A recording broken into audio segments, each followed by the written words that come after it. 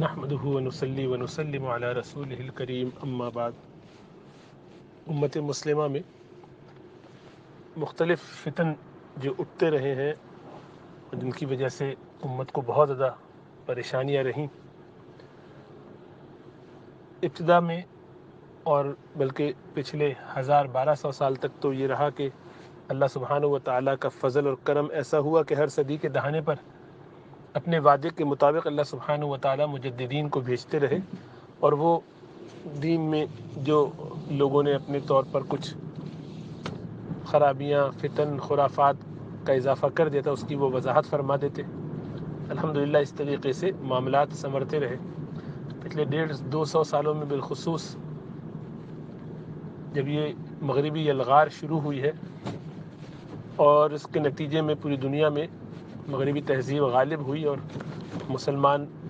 بہت پیچھے چلے گئے،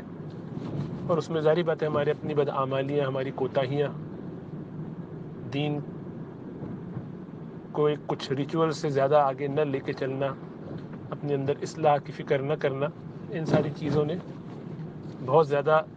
مشکلات میں ڈالنا شروع کیا۔ تو اب علمی گراوٹ، اخلاقی گراوٹ، عملی بحران سب یکے بعد دیگرے آتے رہے۔ اس میں جو سب سے زیادہ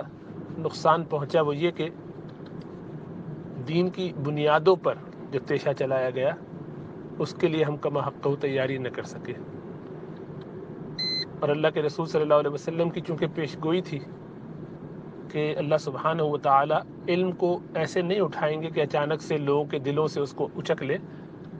ان اللہ لا يقبض العلم انتزاعا،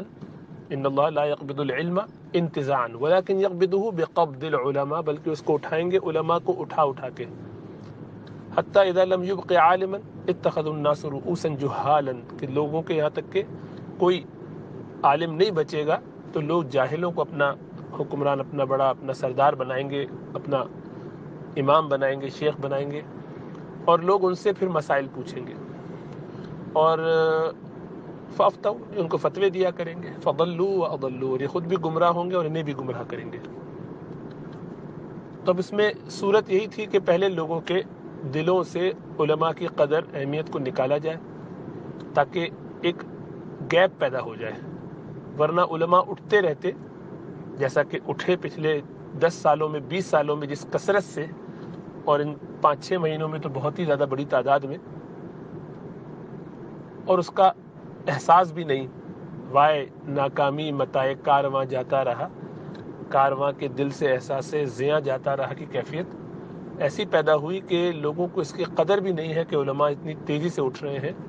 اور ہم سب بالکل گویا یتیمی کا زمانہ گزار رہے ہیں، اور چند ایک جو بڑے رہ گئے ہیں، بس اللہ ان پر اپنا فضل و کرم فرمائے۔ تو پہلی سازش بڑے طریقے سے تو یہ کی گئی اور لوگوں کو اس پر یقین اور یکسوئی حاصل ہو گئی کہ علم دین دنیا کے لیے کوئی خاص ایسا ضروری نہیں ہے۔ تو پچھلے 100 سالوں میں آپ غور کیجئے کہ ہمارے یہاں علم اور اہل علم سے کتنا بعد اور کتنی دوری مڈل کلاس میں پیدا ہوئی۔ تو سب سے اہم طبقہ کسی بھی سوسائٹی کا، کسی معاشرے کا، مڈل کلاس کا طبقہ ہوتا ہے، کیونکہ یہ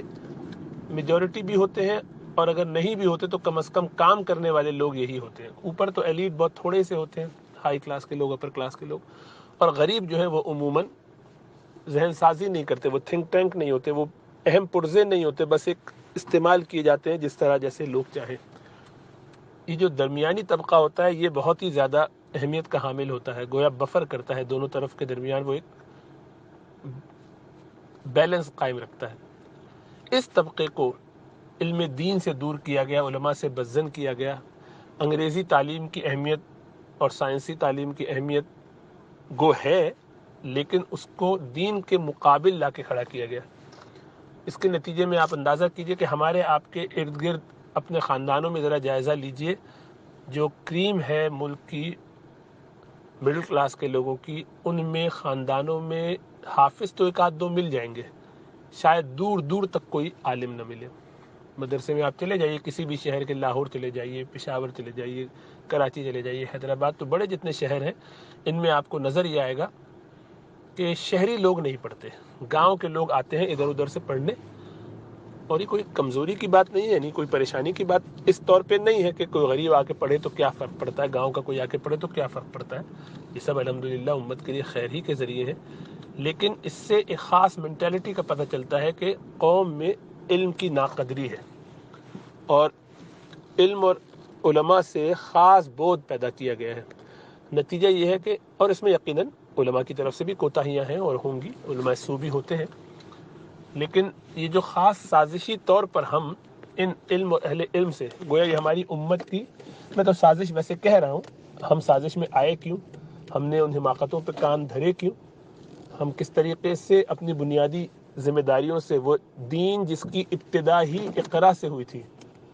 جس کی پہلی وحی کے الفاظ پڑھنا ہے، ہم اس سے دور ہٹ کیسے گئے. ہم نے یہ کیسے سمجھ لیا کہ دنیاوی علوم کو حاصل کرنے کے نتیجے میں ہم دینی علوم سے بالکل فارغ ہو جائیں تو کوئی فرق نہیں پڑتا. چنانچہ دیکھیے کہ بنیادی علم بھی حاصل نہیں ہمیں ہوا، اور دنیاوی علم میں ہم بہت آگے ہیں، دینی علوم سے ہم بالکل واقف، بڑے بڑے پروفیسر لیول کے لوگ چیمپئن ہونے کے باوجود دینی علوم سے بہت زیادہ ناواقف ہیں. تو یہ جو ہم نے ناقدری کی، اور علماء سے ہمارے دل میں ایک بودھ اور دور پیدا ہوئی پڑھے لکھے لوگوں کے دلوں میں، یہ تو ایک بڑا زبردست شیطانی اور دجالی حربہ تھا جس سے امت کو نقصان ہوا. لیکن بات وہیں تک رک جاتی تو بھی کچھ غنیمت تھا کہ کم از کم کچھ ہمارے پاس اساس موجود ہے. دوسرا حملہ جو کیا گیا وہ اس پر کہ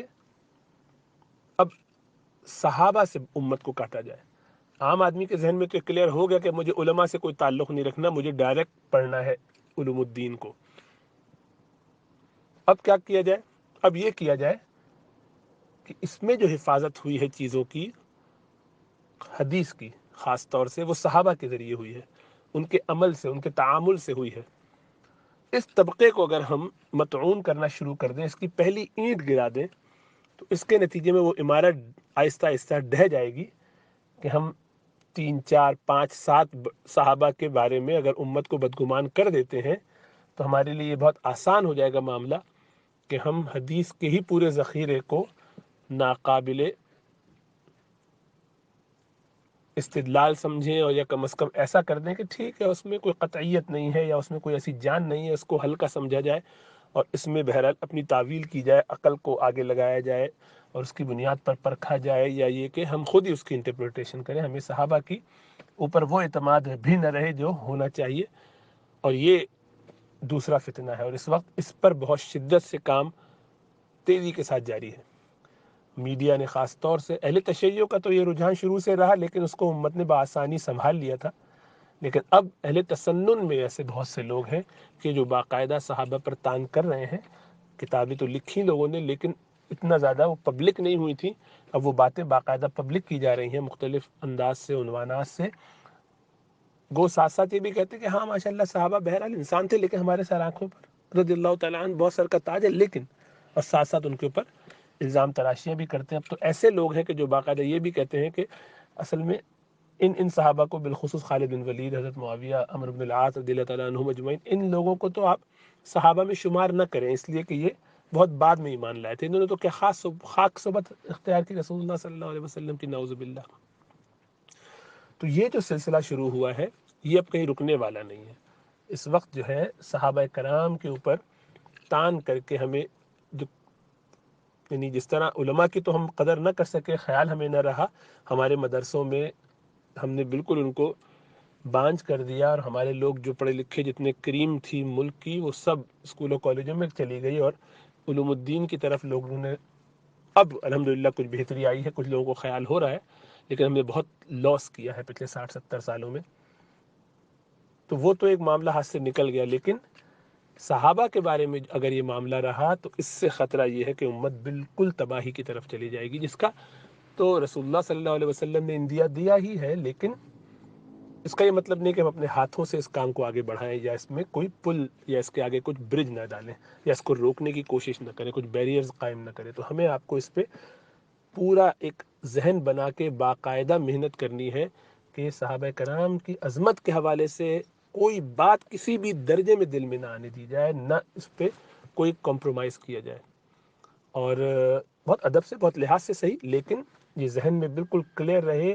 کہ یہ قبول نہیں کی جائے۔ ہر اس روایت کو، ہر اس بات کو، خاص طور سے تاریخی جتنی بھی روایات ہیں، ان سب کو بالکل رد کر دینا چاہیے کہ جو صحابہ کرام کو، جن کے بارے میں قرآن نے وضاحت سے رضی اللہ عنہ ورضوا عنہ کہہ کے ان کی حفاظت، ان کی والذین معہ ہونے کی، اور اولئک هم المؤمنون حقا ہونے کی، اولئک هم المہتدون، اولئک هم الفائزون، اولئک هم الصادقون وغیرہ کہہ کے اللہ سبحانہ وتعالیٰ نے اولئک هم المفلحون کہہ کے ان کی خوب شان بیان کر دی ہے۔ ان کے بارے میں ہم کسی بھی قسم کی کوتاہی، بے ادبی کا شائبہ بھی دل میں نہ آنے دیں، ورنہ ہم اور اگلی نسلیں ہم اس سے محروم ہوں گے۔ اور اب حدیث پر تان اور چند حدیثوں کو آپ کو ثابت کرنا ہے کہ وہ نعوذ باللہ ان صحابہ سے جو آئی ہیں ان کو چھوڑا جائے، تو پھر باقی آہستہ آہستہ ساری عمارتیں ڈھہ جائے گی۔ اس میں سب سے آسان تان کرنا سیدنا معاویہ رضی اللہ تعالیٰ عنہ کے اوپر ہوتا ہے، اس لیے کہ ان کے ان غزوات میں اور اس کے بعد یزید کی وجہ سے ایک بڑا ہوا بنا کے اس کو پیش کیا جاتا ہے، جو فتنہ ہے، ظاہری بات ہے، اور یزید کے غلطیاں کوتاہیاں وہ پوری امت جانتی ہے، اور ہم ظاہری بات ہے اس کے حامی بھی نہیں ہے۔ لیکن اس بنیاد پر حضرت معاویہ رضی اللہ تعالیٰ عنہ پر تان کہ جب کہ وہ جس وقت خلافت کے میں موجود تھے اور انہوں نے ولی عہدی کا تذکرہ بھی کیا اور نامزدگی بھی ہوئی، تو اس وقت تو یزید کی یہ صورتحال نہیں تھی، لیکن وہ الگ مسئلہ ہے۔ بس خلاصہ یہ ہے کہ ہمیں اس بارے میں بہت محتاط ہونے کی ضرورت ہے، اپنے آپ کو محفوظ رکھنے کی ضرورت ہے، اس بزرگ کے قول کی طرح کہ جب اللہ نے ہماری تلواروں کو ان کے لیے یا ان کے خلاف اٹھنے سے روکا، تو ہمیں اپنی زبانوں کو بھی ان کے خلاف اٹھنے سے روک لینا چاہیے۔ اللہ سبحانہ وتعالیٰ امت پر اپنا فضل کرم فرمائے۔ اگلی نسلوں کا پتہ نہیں کیا ہوگا، کس طریقے سے وہ ان فتنوں سے بچ سکیں گے کہ جب خود گھر کو ہی آگ لگ جائے گھر کے چراغ سے، تو پھر آگے معاملات بہت خطرناک ہوتے ہیں۔ اللہ فضل فرمائے۔